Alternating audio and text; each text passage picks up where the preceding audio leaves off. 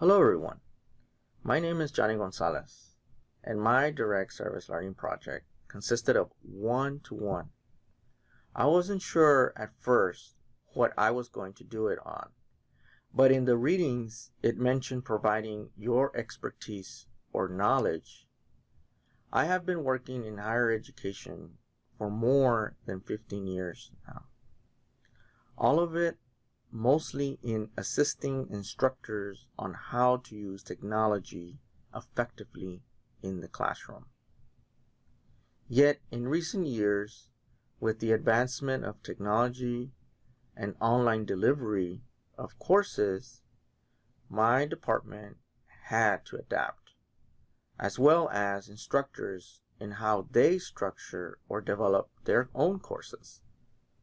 An online course is different from your traditional face-to-face course, yet the outcome is the same. As educators, we are measured by the success of our students. Are they mastering the objectives of the course? Noel Asasi is a South Texas College social work instructor and has been teaching at the college for more than 8 years now.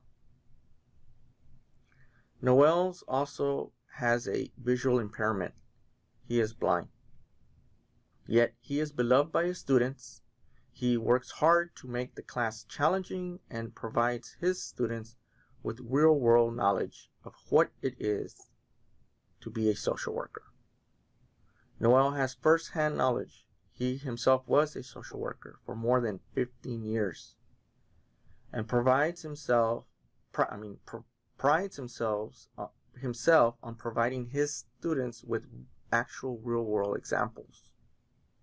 Most recently, Noel was approached by his chair to teach an online course, so I decided to volunteer and help Noel develop his first online course. Two things that I wanted to focus on with Noel in reference to teaching and developing his online course was one, I needed for him to master how to navigate Blackboard. This was challenging. This meant providing what the book describes. How is knowledge constructed? I created for Noel small chunks, short steps for him to remember. Seeing that he learns by listening, by using his screen reader to navigate Blackboard. Small, short steps are the key.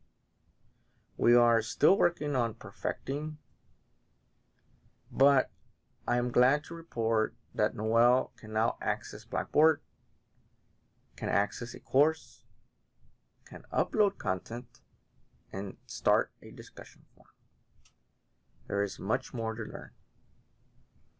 Secondly, Noel wanted to include group projects and individual presentations.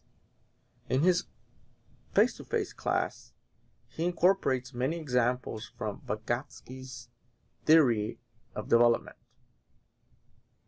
Scaffolding is an example. He preps his classroom for engagement. He develops Vygotsky's techniques, and it has benefited his students' mastery of the lesson.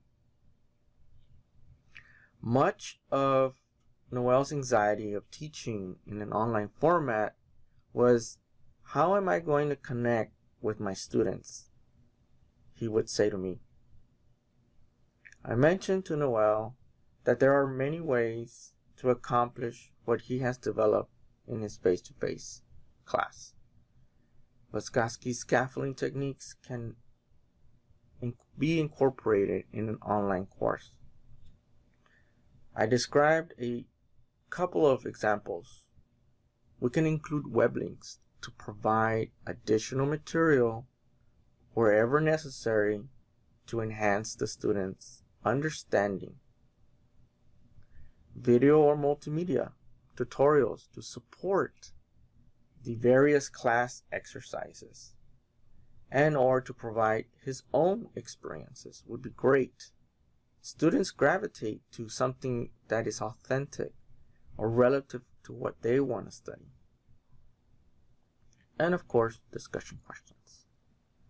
They provide a learning environment that their peers can interact with, which has the potential to support learners to share different perspectives on a problem or topic that they're working on.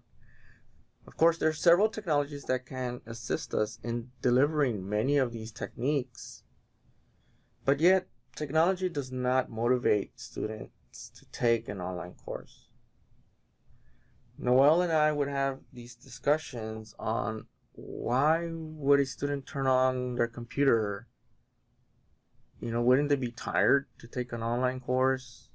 I mean, it's just, why would they do this? Go into my course.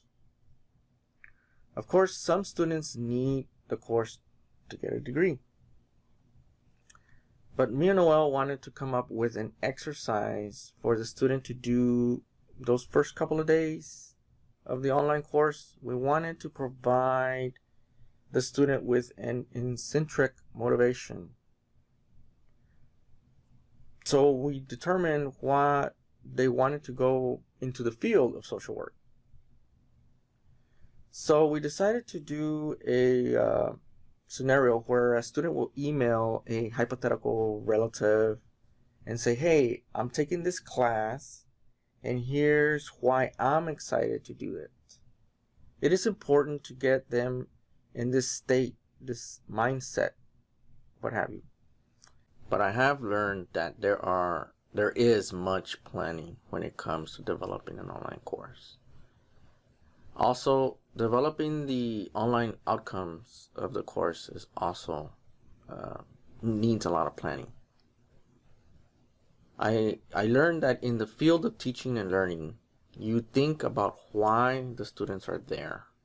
You have to talk about developing their commitment to what they are doing and that intrinsic motivation which we are all after.